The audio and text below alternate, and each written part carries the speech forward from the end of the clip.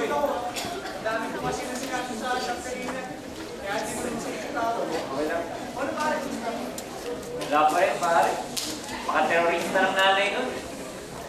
Ano nangyari sa Sarah? Wala. Old-fashioned daw yung nanay niya eh. E di tinry namin yung Unchained Melody. Sunog pampatay daw. Tapos tinry namin ang Filipino song, yung Chocolate. Eh, Bisaya naman pala yun. Ikaw pampakan yung pinanta ko. Kasi yung mga researcher ko, mga pinag-iisip, ako ang taga-marunong.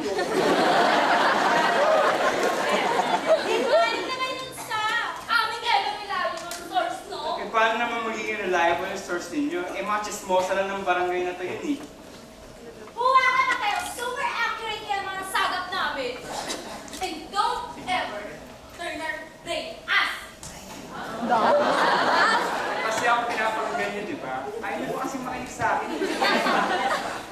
Kasi nga, pakita ka! Eh, ano ba yung plano mo na yan? Hindi nyo na kasi naitatanong. Die-hard fan ako rin novela si Tita Perea.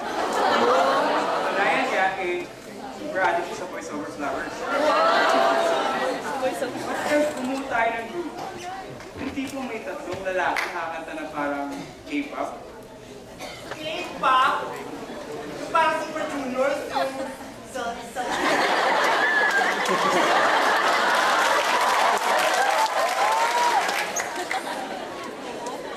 Yeah, ang tsaka, hindi ko peg yan. Ay, nako.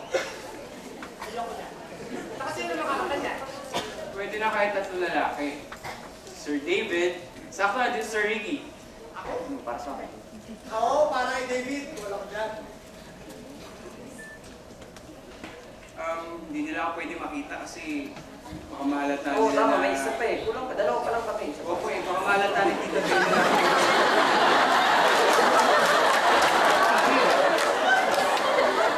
Bobby. Bobby. Ano lang? Ha? Bakit ako? Total, pogi ka rin. Si Sir David, Sir Rick, at ikaw. Pwede na yun. K-pop.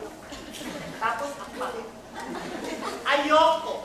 Total plan mo yan, mind your own business. Ayoko nga. Mas makikita ko pa yung pagmumukha ng master mo yan. Sawang-sawan. Ayoko.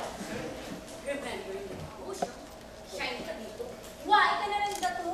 Ikaw eh.